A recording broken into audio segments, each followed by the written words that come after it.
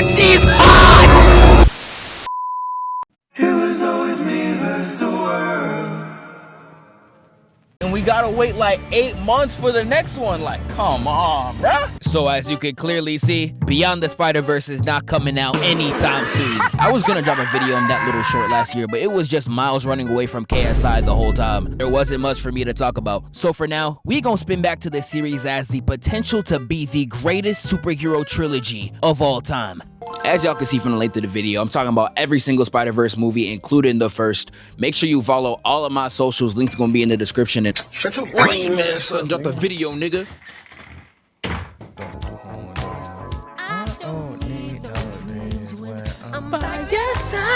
Oh, god damn, Spotify ads. But the movie starts with Miles singing in the bedroom, hitting them terrible singing notes like he Corey Kenshin. But he gets dressed up and he ends up going to school. Walking down the street, dapping everybody up, he feeling like the man. I feel like the man. Freshman of the year, I woke up like the man. My mans was moving tough as hell, pulling all types of shorties in. How's that new school? Oh no, don't tell me it's already started. We got the Starbucks drinking, pumpkin spice smelling, American Eagle wearing shorty walking up to Miles talking about some I miss you. The Snowbuddy hypnosis has already started. I'm really about to be at his funeral just like these. My dog is straight cooned out. Oh, hell no. Oh, hell no. Oh, hell no. Oh, hell no. I want you to pay attention throughout this entire video. This man is under an intense Snow Bunny trance. But my man was still strolling around the street till he bounced his head off the backboard like he Bronny, only to run into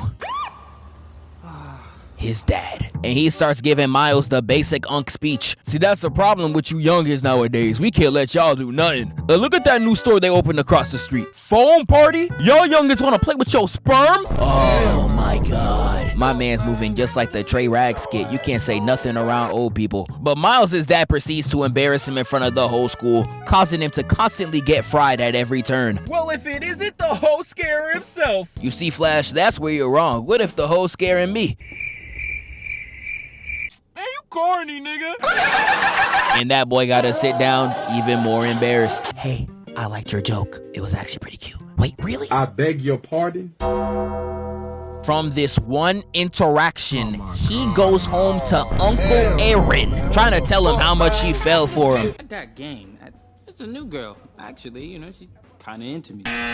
But during this interaction, Uncle Aaron gives him the method, the play. Putting the hand right on the shoulder and hitting the hey. I'm telling you, it works on all women, either that or doing this. But Miles gets bit and pays it no mind, and we don't see the results of the bite until the next day. So we get to the next day, and that spider bite is hitting him like a truck. That bite got him growing inexplicably, hearing voices in his head just like this. Story gets picked and a shout out. Yo, who are you? Yeah, I don't think that's a spider bite gang. You might not be normal. And he runs right into, why are you so ashy? It's a puberty thing. What? Not actually, I just finished puberty. I'm a nigga now. Wait, does that mean you're black? I thought you were Dominican. Race and ethnicity are not the same thing. I mean, of course. Duh. Me not knowing the difference is the reason why racism is so twin, if you want to green this shot, we gotta do it right now. And then we get into the conversation if Africa's a country or a continent or... Hey. But Miles' hand gets stuck to her, forcing her to get a new hairdo. And after a Subway Surfers type chase scene with the hall monitor, he realizes that he has Spider-Man's powers. Miles decides to go back to the tunnel that he found the spider, only to run into Spider-Man and Green Goblin boxing underground. And I'm telling you, they having a straight war. No matter what universe it is, Green Goblin's always gonna give him a good squabble. He throws bombs all over the place like it's a gender reveal. And Miles almost gets completely knocked out, only for the GOAT to come in and save his life. Like, that's what I'm talking about. That's why he's MVP. That's why he's the GOAT. Even though we only see this Spider-Man for like 4 effing seconds, this perfect Peter Parker is like so fire. I love seeing every second of him on the screen. But Peter Parker goes to the top, making sure he's the highest in the room. And before he can blow up the machine, he gets... The Prowler comes in, no plan, no motive, no direction. Moving on straight ignorance. Here to knock Peter Parker out for good. And he really wasn't playing. Pipped the right to the kick, got that boy leaning. Kick to the chest, backhand. Block into a get over here. Laying him flat out on the floor, but he can't connect. And this is when he goes 0 for 6 from the field, shooting straight bricks. It was so bad the cameraman had to change angles. He was trying to save bro's career. But he gets out of his slump, hitting Peter with the 1-2. But Peter eats those. As we get possibly the coldest moment in the entire movie. You got? The hardest scene in the entire film gets interrupted because he got jumped. It's terrible. Miles sees him get jumped and tries to go up to help him, but once he got a good look at Green Goblin, he sat his ass right back down. He was not trying to mess with Brody. And while Spider-Man is pinned down, we got this big body Benz of a nigga. Kingpin over here talking his smack, and this nigga is so fat, he can't even fit in the whole screen. How are you this obese? But let me chill on this in him, cause some of y'all really be weird. I remember I said on stream I didn't like this hard-boiled egg of a villain, and someone said me not liking a fat villain is a fat nigga take. How is that a fat nigga take? Fat nigga, pull up and you gon' see what's up. Chill. My bad, bruh. But Kingpin starts the machine. Green Goblin being a complete dunce put Spider-Man in the middle of the explosion, selling the whole plan and exploding the entire area. And when Miles goes through the rubble, he sees Spider-Man on his deathbed, and Peter gives him the USB, telling Miles he's the last hope. He gotta use the USB to explode the machine. Kingpin arrives over at Peter's body, getting ready to smoke on his pack, and Peter straight up tells him his plan won't work. It's gonna fail just like the rest. And Kingpin took that personally, putting his entire body weight on Peter, taking that man's life. And well, Spider-Man passes away and the entire city mourns. I really love how this was handled. They also give us this really funny scene. They're counting on me. Probably not you specifically. I think it's a metaphor. And this is where Miles gets determined. He goes outside to try his first real Spider-Man jump. And you know, he was nervous, palms are sweaty, knees weak, arms are heavy. No Eminem, but he goes to the edge of the building, looks straight down, and gets ready to jump. Try! Yeah, that nigga fumbled. He tries a smaller building, but sadly his shoes were untied, causing him to trip and fall off the entire building, breaking the USB given to him by Spider-Man. Like, Miles, you might go, but I cannot believe you right here. You had one job. One! And you couldn't even get that accomplished. You got crossed up by your own shoes. This is actually sickening, and even he knows it. Going to the grave of Spider-Man, trying to express his grief. I'm sorry, Mr. Spider-Man, sir. I failed you. I really did. Yo, brother, you got some sauce. Man, what the fuck? And this is where we meet Peter B. Parker. And I, for one, love this character to death. I really love how he's a failed version of Sam Raimi's iteration of the character. It makes him feel a perfect amount of unique, yet familiar. But Miles knocks Peter B out, and the cops come seeing that Miles was on unauthorized territory. And this is where we get one of the most beautiful animated sequences in the entire movie. This chase scene right here is just sex to my eyes. The way the animation is so fluid, the way the colors just jump on the screen. Get off that nigga dick, bro. What is you doing? My bad, bruh. But at the end of this chase scene, Peter gets knocked out, and this is where Miles attempts an interrogation. And let me just tell you, that interrogation was a complete failure. And I'll give Miles his props, he tried, but sometimes no matter how much you try, you just can't look tough. It's like when people try to act tough from a weak city, out here saying you wouldn't last a day in my hood, whole time this the hood in question. Nigga, that's just Connecticut. But after this fantastic conversational scene between Peter B and Miles, they decide to blow up the collider. But in order to do that, they have to rebuild the USB that Miles broke, which leaves them with no other choice but to head to Alchemax.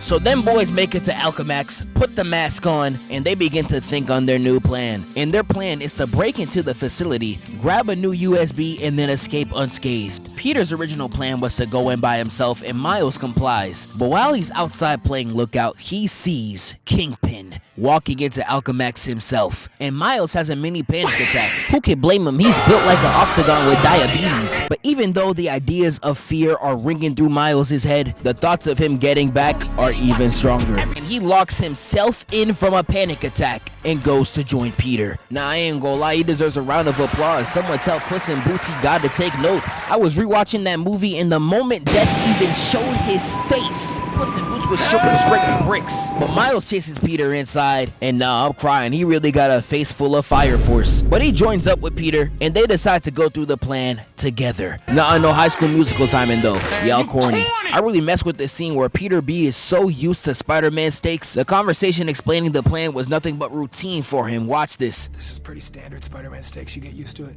Watch this. He's gonna say, "You've got 24 hours." You've got 24 hours. But Doc Ock leaves the room and Spider-Man makes it to the computer. He starts putting in that password, hacking the device. He going crazy. And like damn near every two-man known to mankind, somebody in it has gots to sell. With Miles almost selling the entire mission, getting stuck on the light. Had Peter B straight tight as hell. He looking at him like, man, what the hell are you doing? Bro, I don't know. I can't get down. What do you do to relax? Is this nigga serious?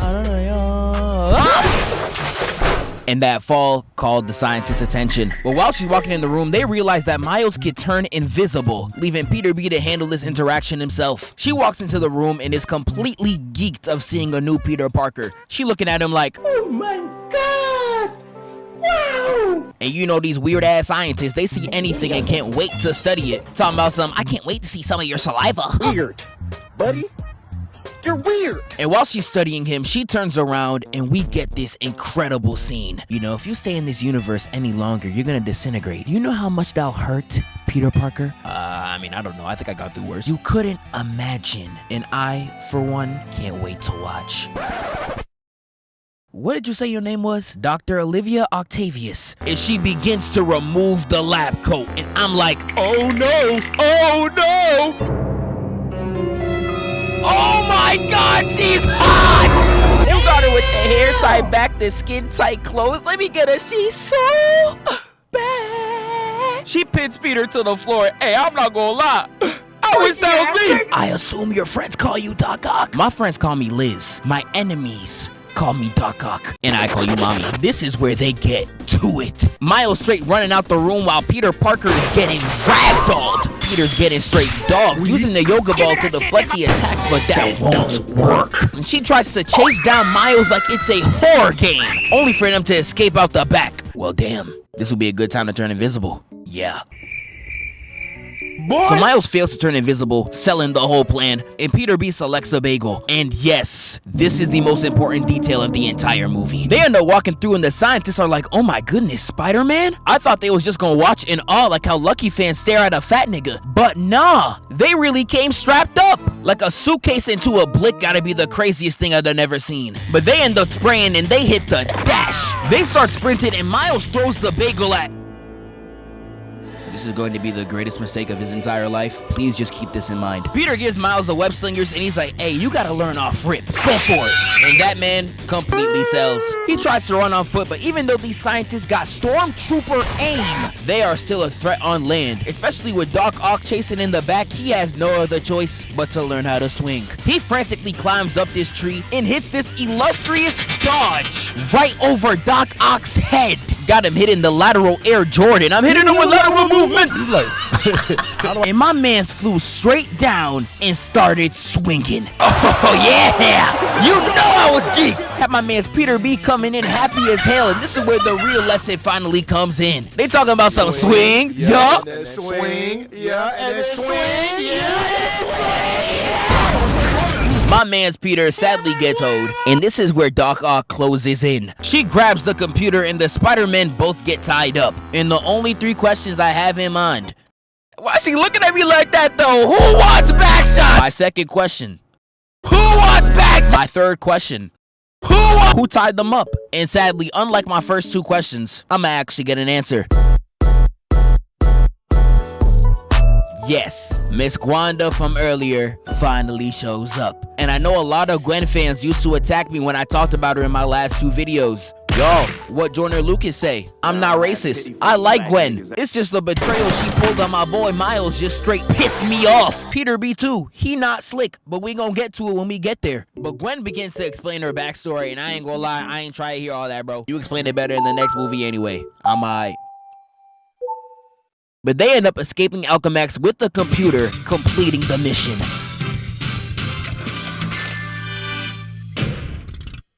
And after their mission, we see Captain Obesity with his rhombus back, reminiscing on the past. And hold on, bro, play this. Is this nigga struggling to breathe standing still? Sit down, big brother. This is obesity I didn't think was possible since Los Polos, nigga. There is actually no way, dog. Have you ever exercised? Bro, someone needs to get YNW Belly off my screen before I get mad, bro. But he's reminiscing of his family running out on him when he was fighting Spider-Man. And instead of seeing the error of his ways and stopping the criminal activity that's making him fight Spider-Man, he's like, nah, let me end up doing more of the reason my family abandoned me. Like, Eureka, what a great idea, Captain Dumbass. Who told this nigga this a good idea? But Doc Ock comes back, and I would explain what she was saying in this scene, but I'm out here looking at her. I'm like, oh my, So fine, she done pissing me off. like, yes, I'm down bad. Yes, I want her. Yes, I want her and Miles' mom to put me in 50 different positions. Alright, bro, my fault. Yeah, that brother's starving. But Doc Ock tells Kingpin the collider works, and they get ready for their plan the next day. We get to the bus after the mission, and Miles is putting some elite game on Gwen right here. He over there cracking jokes, making her smile ear to ear.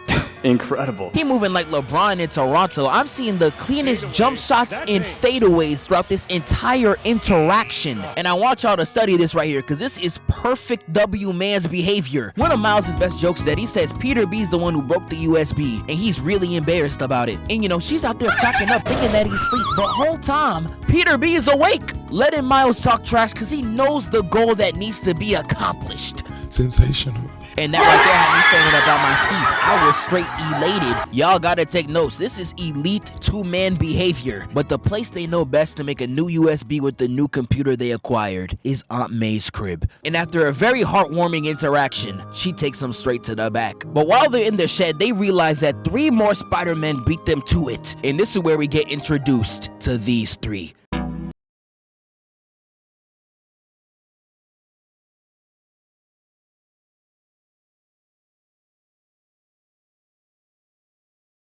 Started it off with the GOAT Spider Noir coming in, straight aura farming. You love to see it. Next one up is Miss Penny Parker. And despite how much she sucks in Marvel Rivals, in this movie she's actually pretty cool. And lastly, we get Spider-Ham. Yeah, I'm not gonna lie, there is no way for me to make them sound tough. But they all give off their backstories, and man, ain't nobody got time for that. So just like Gwen, we gonna hit that skip.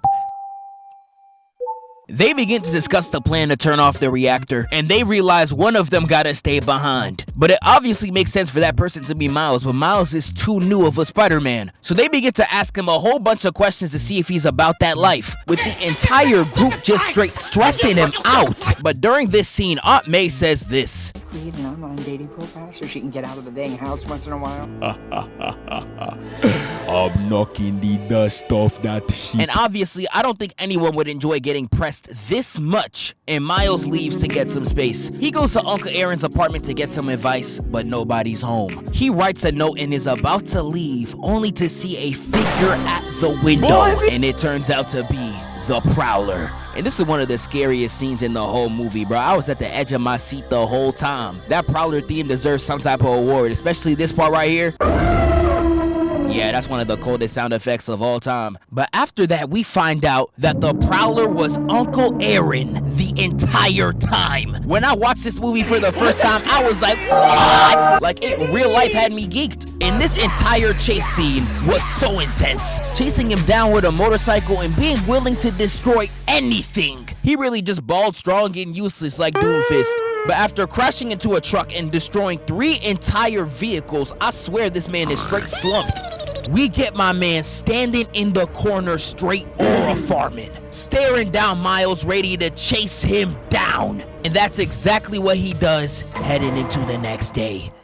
He runs at Aunt May's house, clearly distraught, telling everybody that his uncle's the Prowler. All right, man, calm down. We're gonna figure this out. Were you followed? Nah, I don't think so. But they feel the most ominous aura behind that door, clearly proving that what Miles just said was some cap. They all suit up, getting ready to box in.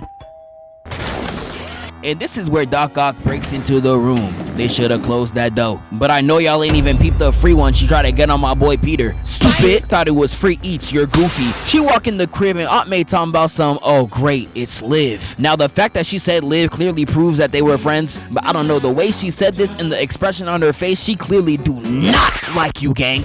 Miles tries to leave through the back door, but gets stopped by Tombstone. And my Hispanic brother Scorpion following suit. Aunt May asks them to take it outside and we get the hardest line out of Spider Noir. We don't pick the ballroom, we just dance. The fight starts with Doc Ock going 0 for 3 from the field like she Ben Simmons, only to hit a lick right after, going 1 for 4. She shouting out the Chinese Zodiac. And this where everybody start tripping, whole house mad. We got Noir hitting straight left rights on Tombstone, Scorpion running an ISO with Miles and seeing his hands get stuck on the couch. And Scorpion just starts cackling in front of him, only to go straight for his face. Yeah, he trying to snipe him off the map. Penny sees this from the back and she's like, oh, hell no. Hops right into her mecha and goes. And when the cameraman switches angles, we see 3 Spider-Men getting straight dogged by Doc Ock. Like she really ball hogging out there and still making the shots. I ain't gonna lie, she the GOAT. Aunt May see everyone destroying her crib and she starts getting a little tight, telling them all to get out her crib like, everyone, get out! And kicks Tombstone right out the house. Gwen clocks Doc Ock, got her looking like Natalie Nunn, and Spider-Ham going crazy in the back. I don't know where this nigga got a toilet. Watch out, watch out, watch out, watch out!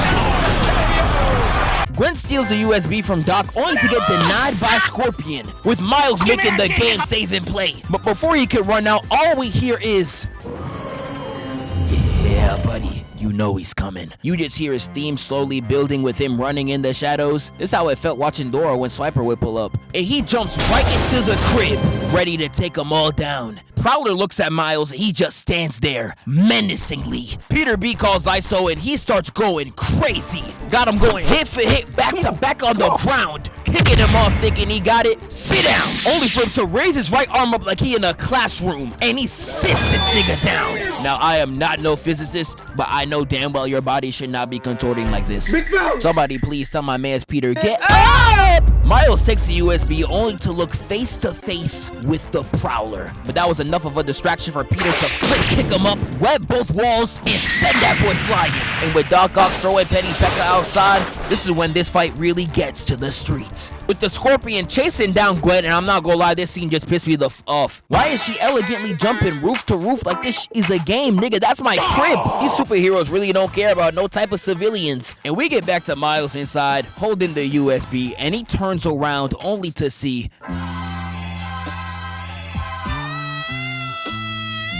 not even my second day as Spider-Man and I got the Prowler walking me down like this. I'm not even gonna lie, bro. Just slime me out. He dives for Miles, hits a miss so crazy it goes into the next room, only for him to spin back.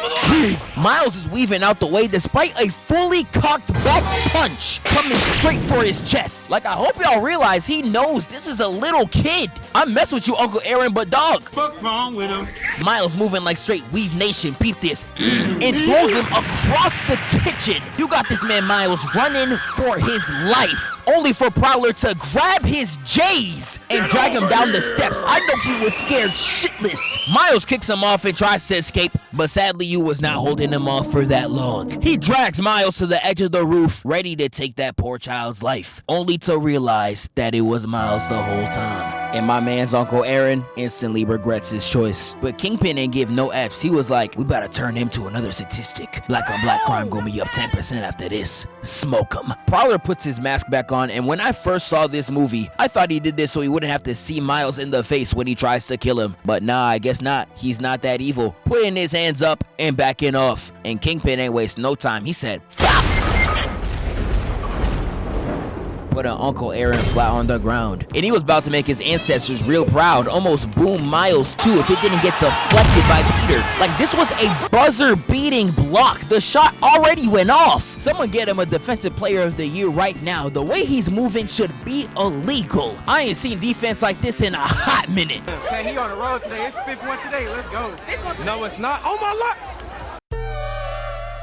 Miles takes Uncle Aaron away, and this is where we get his death speech. And I'm not gonna lie, it was pushing me to tears. He really was a real one. I let you down, man. I let you down. Miles' dad pulls up only to see a Spider-Man carrying his dead brother, and he gets ready to go crazy. All units. I want an APB on a new Spider-Man. Now, one thing that always pissed me off about Spider-Man, how are you known for your awareness, yet always get caught Really, like this? nigga? Like, you could dodge speeding cars and leave rooms in split-second timing, but freeze up when you in a situation like this? Nigga, what's wrong with you? And we get back to Miles' room. We get this really funny scene right here where they try to hide from his roommate, and they try to comfort him over the loss of his uncle. But I'm telling you right now, they didn't really try. Because the moment that heartbreak happens, they immediately put him in another one, saying they're going to the reactor without him because he don't got drip, you don't got sauce, and you just not like that. Oh, nah, that's like my girl telling me I don't got aura. I think I'd die. Miles clearly still wants to go, and Peter checks his gangster right then and there. So you wanna fight? Fight me! Saying, if you want to go, you better Venom strike me on command. And no matter how much he tries, he cannot do it, with Peter tying him up and leaving the room. And this is where we get one of the most heartbreaking scenes where his dad comes up trying to give him a heart-to-heart, and Miles can't even say anything in response. One of the most beautifully shot parts of the movie, too. It really had me sick. But after this scene, he gets motivated, and we get to this. When will I know I'm ready? You won't. It's a leap of faith. That's all it is, Miles. A leap of faith. You're the best of all of us, Smile. You're on your way. Just keep going. I see this spark in you. A leap of faith. But all the Spider-Men sneak into Kingpin's pet house to make it to the Collider below. And they're out here having a memorial for Spider-Man. And Kingpin has the audacity to speak at his own ops funeral. Talking about I was so sad when he died. Why the fuck you lying? He dead moving like King Von. So, were you saddened by the news that he was murdered then? Man, that shit hurt. I didn't go to sleep at night. Cap.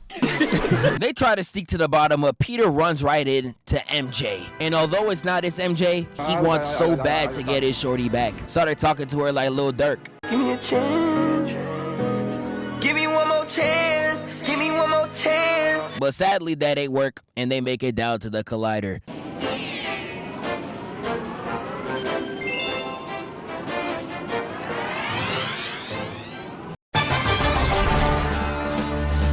All the Spider-Men make it up to the Collider, but something's looking oddly suspicious. They really got over there easily, too easily, and it truly felt like something was up. And that's exactly what happens. The moment Peter tries to put in their USB, they realize It's a trap.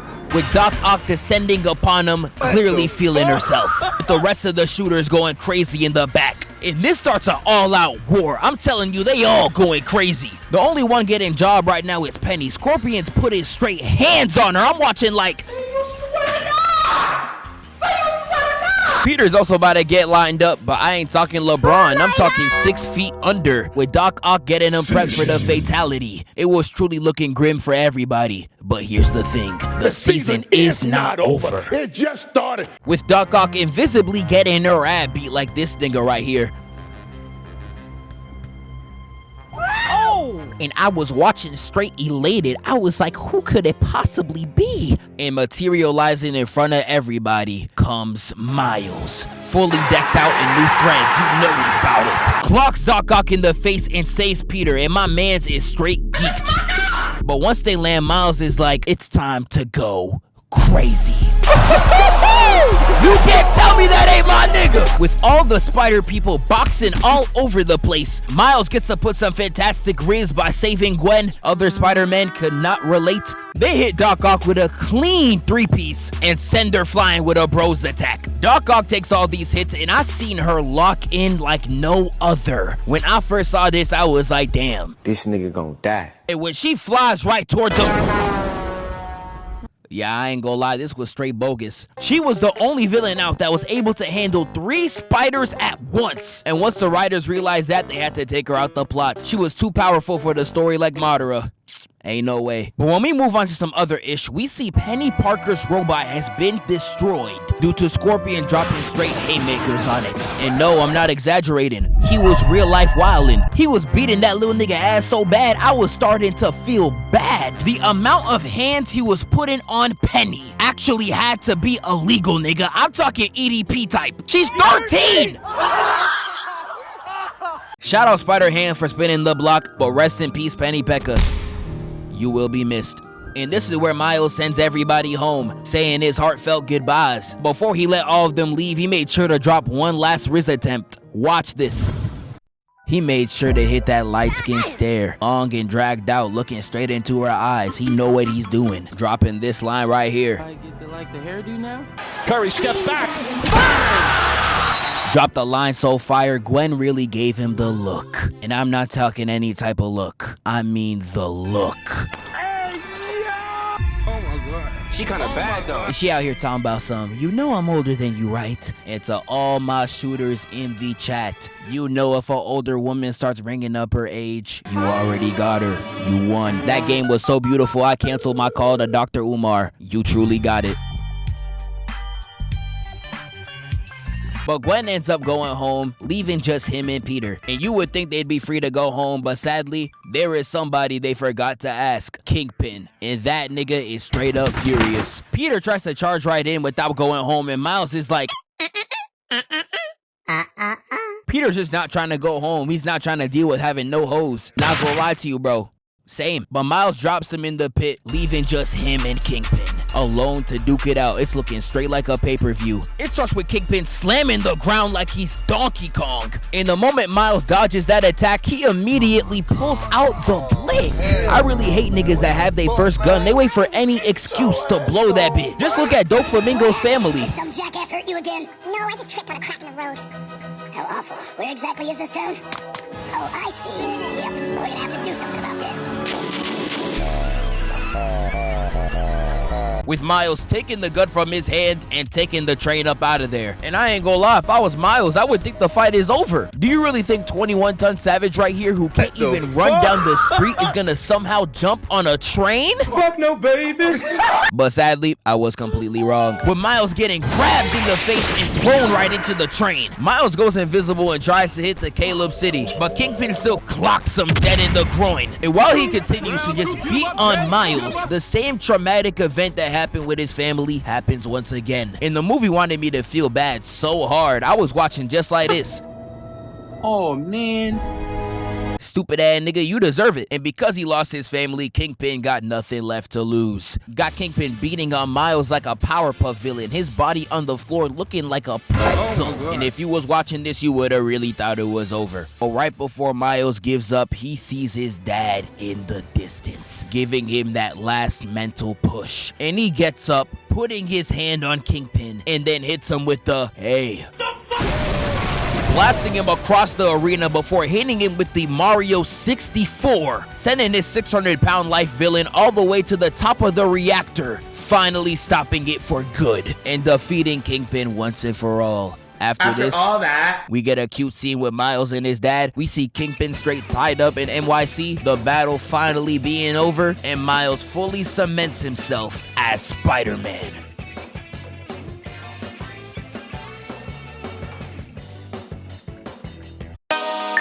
Wake up, filthy.